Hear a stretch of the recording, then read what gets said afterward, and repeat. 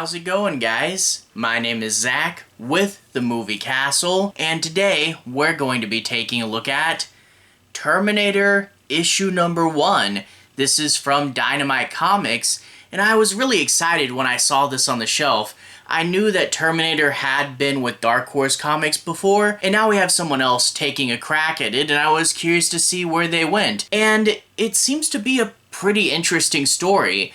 Basically, we get another couple that has been on the run from a Terminator. I guess the idea is that John Connor wasn't the only thing important to the timeline, and if these Terminators are going to start messing with it, they'll probably go after several people.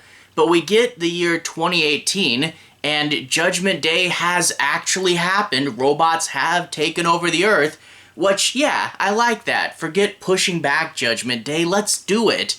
And they're sitting there in an Alaskan cabin, knowing that time is a limited resource. It's a pretty cool idea, and we do get a flashback to them on the run, and it has a lot of cool callbacks to T1. And I think that is one of my favorite things with this book. I feel with T2 making a big splash, everyone talks about it, but I really like T1 and I really wish it got more love. And to go back to the 1970s and even use some colors in here that are reminiscent of old film. And while it is action, it doesn't forget that there's a horror element to Terminator, and it doesn't forget that there's a on-the-run sort of thriller element to it as well. And I really did like going back and getting the feel of the first Terminator movie. At this point, it does look like this book might be anthology because the description for issue 2 sounds like its own story, and this opens with a really prominent title card. If it is anthology, I am curious what all crazy ideas they can come up with. Lots of other Terminators jumping to lots of other time periods. That sounds like a really cool idea and a really good place to start an anthology from. So yeah, let's just say I'm on board. I hope they do more of these. This has a good thick cardstock cover, so that tells me that they're putting some effort into this book.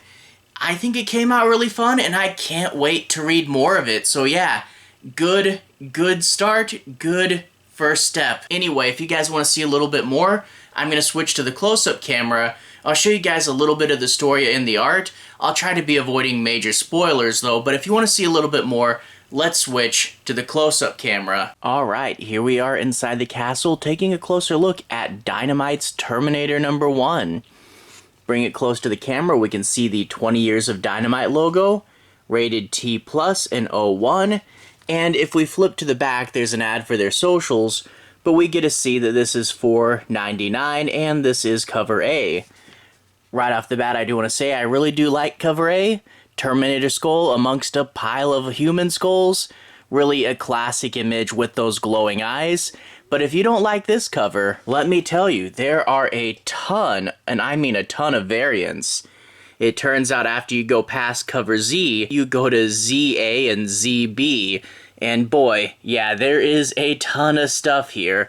In fact, one more page just for good measure. We have a letter from Declan Shalvey here, and also we get the ad for issue 2 where it talks about how it's in 1975 in Saigon. So I'm guessing this is an anthology. I don't know, they might be related though. Anyway, after that we get to see that the story is called Out of Time, written by Declan Shalvey and artist Luke Sparrow and Colin Craker. And then after that, we get into the story proper. Now, I'm not going to do any major spoilers, but I do want to say my piece on a few plot points and make sure you guys have a basic understanding as to what this book's about.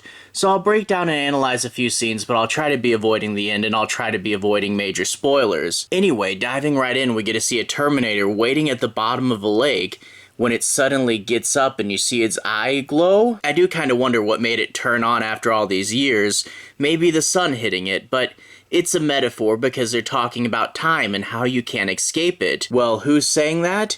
It turns out the narrator is an old man living in a cabin with his wife, and this is 2018 Alaska, but they actually reference that the robots have taken over the world. So that's cool. The apocalypse has happened, and these two are hiding out. But peace is short-lived when something rises out of the water and he races back to the cabin to tell his wife. She sees it and gets a nervous flashback to when she was younger and a Terminator tried to break into this airplane, and the husband actually crashes the boat onto the beach to try to beat it to the cabin. The two have a plan ready to go. She lights up a box full of photographs, so apparently it's information they don't want the Terminator to get to, and he grabs his gun just as the Terminator breaks into the door and he shoots it in the face, revealing the classic Terminator skull. And then a large part of the rest of the story is 1979, and we get to see that this young couple is on the run, but they don't know from who. They think it's just a guy, but we as an audience know different. And no matter where they go or what they do, he's going to catch up to them. I do love these old-timey 1970s colors.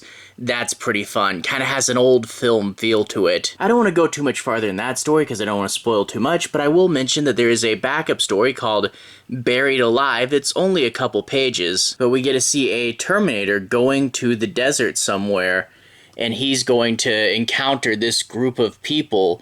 But again, this is 2 pages. I don't want to be more specific than that because, again, I don't want to ruin much for you guys.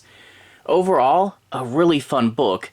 I did like, if it is anthology, I have a suspicion that it might be anthology but tied together in some way. I don't know, but it was a fun story, getting a lot of the theme and the feel of the first one, and I do like how it took into account more of the horror element and how what they were going up against was psychological as well. I really like how it does feel a lot more like T1, and I did like to see, hey, John Connor's not the only important one to the timeline. What if there's a bunch of other people running around trying to avoid Terminators as well? Overall, I can definitely recommend it. Seems like a good book, and I can't wait for more of them.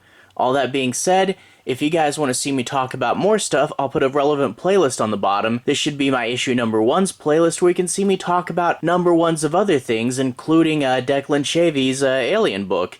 Anyway, have a good day. See you guys again very, very soon. Relevant playlist on the bottom, number 1's playlist. Have a good day now.